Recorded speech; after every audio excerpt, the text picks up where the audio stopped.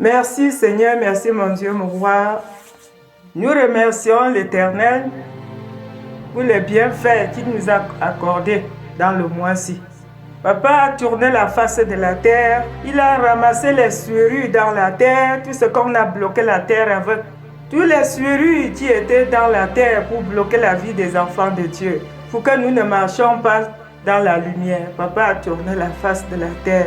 Le tremblement de la terre, papa a ramassé tout ce qui bloque la vie des enfants de Dieu, tous ces gens-là qui prêchaient l'évangile du Christ ressuscité. Le Père a tourné la face de la terre, ouvrit les portes de bonheur, il vit le Jérusalem qui descend du ciel jusqu'à la terre. Nouvelle Jérusalem cette année. La mère Marie a ouvert les portes de bonheur. Il nous a donné le ministère d'exalumicien. Nous avons les apôtres, les disciples, les anges, tout ce que le Créateur Tout-Puissant il nous a donné cette année. Les 12 apôtres, les disciples, les anges.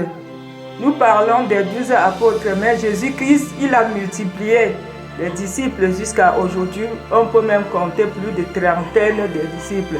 Les anges sont nombreux, on ne peut même plus compter. C'est depuis 5 ans aujourd'hui, mais Père n'a pas encore parlé parce qu'il voyait que la terre tremblait, mais il a fini le tremblement de la terre, il a ouvert les portes de bonheur jusqu'à aujourd'hui. Il n'y a plus de tremblement, tout est arrêté. C'est lui qui a sollicité mourir dans les ténèbres, il va mourir dans les ténèbres. C'est lui qui a sollicité marcher dans la lumière, va marcher dans la lumière. C'est ce que le Père dit maintenant. Il a dit que toi qui étais dans les ténèbres, convertis-toi, sors dans les ténèbres et tu marches dans la lumière. Tu as sollicité les ténèbres, il t'a laissé là-bas. Fais ce que tu veux maintenant.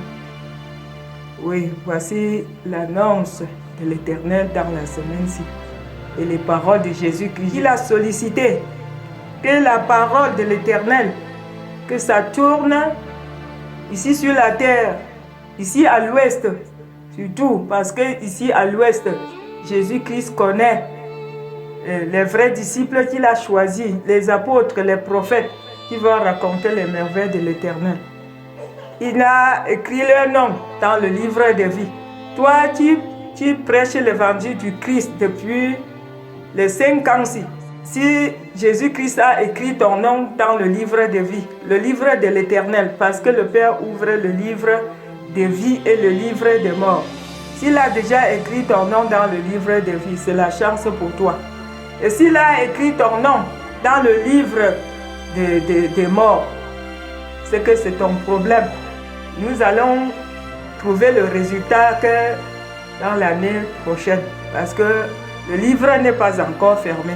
Le livre de vie est toujours ouvert parce que le Père attend beaucoup de disciples qui vont encore écrire leur nom dans le livre. Oui, parce que le bon chemin, on ne peut pas fermer le bon chemin parce qu'on va toujours chercher à trouver le chemin là. Papa n'a pas encore fermé. Jésus-Christ n'a pas encore fermé. Il attend beaucoup de personnes qui vont encore écrire leur nom dans le livre de vie. Et pour le livre des morts, si tu es dans le cercueil et que ton témoignage est monté jusqu'au ciel, le Père va toujours écrire ton nom dans le livre des dieux des armées. Disons, parce que les dieux des armées là, ce sont les gens qui ont trouvé la place dans les cieux. Parce que les âmes n'étaient pas perdues. Et Papa a récupéré les âmes. Il nous a donné. Et aujourd'hui, quand on parle des dieux des armées, ce sont les gens qui étaient dans la mort. Et Jésus-Christ, il a fait le jugement devant le Père. Il a dit, va chercher tes parents. Il a trouvé ses parents. Il a écrit leur nom dans le livre de vie. Papa n'a pas encore fermé le livre de vie. Il n'a pas fermé le livre de la mort. Mais pour le livre de la mort, il sait qu'on ne peut pas ouvrir le livre de la mort chaque jour comme le livre de vie. Parce que le livre de vie, ce sont les choses qui méritent. Si on ne prie pas beaucoup, s'il n'y a pas le pardon des péchés ici sur la terre, on ne doit pas chercher ton âme.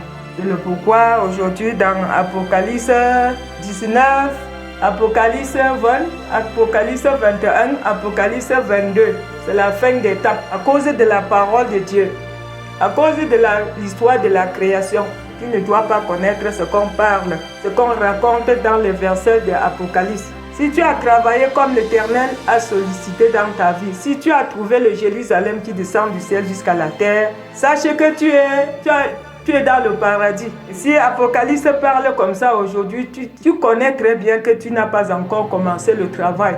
Dis pas que tu es dans le paradis de Dieu. Cherche encore quelqu'un qui va te montrer le chemin du paradis. Ce sont les apôtres vivants, les prophètes vivants, les anges vivants que le Père a choisis parce qu'ils ont tant souffert à cause du paradis, à cause du Jérusalem qui descend du ciel jusqu'à la terre. Les gens qui ont souffert à cause de cette Jérusalem, ils ont le droit de raconter les merveilles de l'Éternel. Ils ont le droit de raconter les merveilles que Jésus-Christ a fait pour eux. Dans la mort et la résurrection. Si tu n'étais pas mort avant d'être ressuscité encore, ne dis pas que tu es dans le paradis. Dis seulement que tu es chrétien, que tu es apôtre, que tu racontes les merveilles parce qu'il y a quelqu'un qui t'enseigne. Ne dis pas que tu es monté jusqu'aux cieux avant de descendre encore sur la terre. Il y a les vrais gens qui ont souffert à cause de Jérusalem qui descend du ciel jusqu'à la terre. Ce sont les apôtres vivants, les prophètes vivants, les anges vivants et nos parents qui sont sur le trône et qui bénissent la famille chaque fois. Et le Créateur Tout-Puissant, il a accepté que si Jésus-Christ parle comme ça la vérité, pour que chaque fois j'envoie Jésus-Christ en bas sur la terre pour qu'il raconte les merveilles et après il rentre. Ça serait une chose très importante, plus merveilleuse encore pour la créature. Parce que nous parlons comme ça l'histoire de la création dans Apocalypse 19, 20, 21, 22. Apocalypse 19, chant de triomphe et annonce de l'agneau. Quand ta maladie est grave, à l'hôpital, pas de solution. On dit que tu vas mourir, tu es toujours vivant. À Yaoundé, pas de solution. À Douala, pas de solution. N'importe où dans les hôpitaux, tu n'as pas de solution à tes problèmes. À ta maladie, on dit que tu vas mourir, tu vas mourir. Avec ton cas là, tu ne dois pas vivre. Et maintenant là, tu dis que comme j'ai déjà fini les hôpitaux ici sur la terre, il faut que tu trouves maintenant le Saint-Esprit. Il faut que je trouve maintenant un homme de Dieu, un prophète de l'Éternel. Il va invoquer maintenant le Père, le Fils et le Saint-Esprit. C'est le pourquoi aujourd'hui, il y a le Jérusalem qui descend du ciel jusqu'à la terre. Grâce au Dieu des armées, grâce à Jésus-Christ, grâce aux arts ici sur la terre, grâce aux prophètes. Ce sont les prophètes. Si tu n'es pas un prophète qualifié, tu ne peux pas faire les miracles avec les versets de l'évangile jusqu'à faire descendre du ciel. En tout cas, nous allons comprendre ensemble. Ce ne sont pas les mensonges. Il y a les vrais témoins pour tout cela. Dans les ministères, s'il pleut à Dieu encore, ils vont se présenter et travailler dans le ministère. Ce ne sont pas les choses cachées. Il faut faire la délivrance qui est sûre. Ne fais pas la délivrance et après le malade meurt. Demande seulement à l'Éternel qu'accueille cette âme pour que ça ne se perd pas. Ne dis pas que tu vas vivre alors que le Père a déjà décidé qu'il va mourir. Oui, parce que nous sommes ignorants ici sur la terre. Il faut demander à Papa, à l'Éternel, que Père, voici comme cet homme est malade. Je ne sais pas par comment faire, Papa. C'est le vrai moment que tu vas porter son âme. S'il accepte, fais la prière que le Père vienne chercher son âme dans les bonnes conditions. Pour que nous, ici sur la terre, nous reposons en paix. Oui. Ne dis pas que je vais te donner la guérison. Je vais te ressusciter alors que tu es incapable. Oui. C'est Dieu seul qui connaît les choses qui vont se passer. Ce n'est pas nous. Sans que tu ne demandes, sans que tu ne poses pas la question, sans que tu ne connais pas cet éternel-là que tu vas demander. Sans connaître Jésus-Christ. Si Jésus-Christ vient te parler dans le sommeil, tu ne dois pas connaître. Tu vas toujours dire que c'est l'ange du diable. Parce que tu as déjà supporté ta vie avec les anges jusqu'à être ami des anges du démon. Il y a les vrais anges qui parlent dans le ministère. Les anges du ministère. Il y a les vrais anges qui parlent aux enfants de Dieu. Et si tu as déjà donné confiance au diable, Tu vas toujours dire que c'est l'ange du diable, alors que parce que tu n'as pas effacé le trône derrière toi dans ta famille.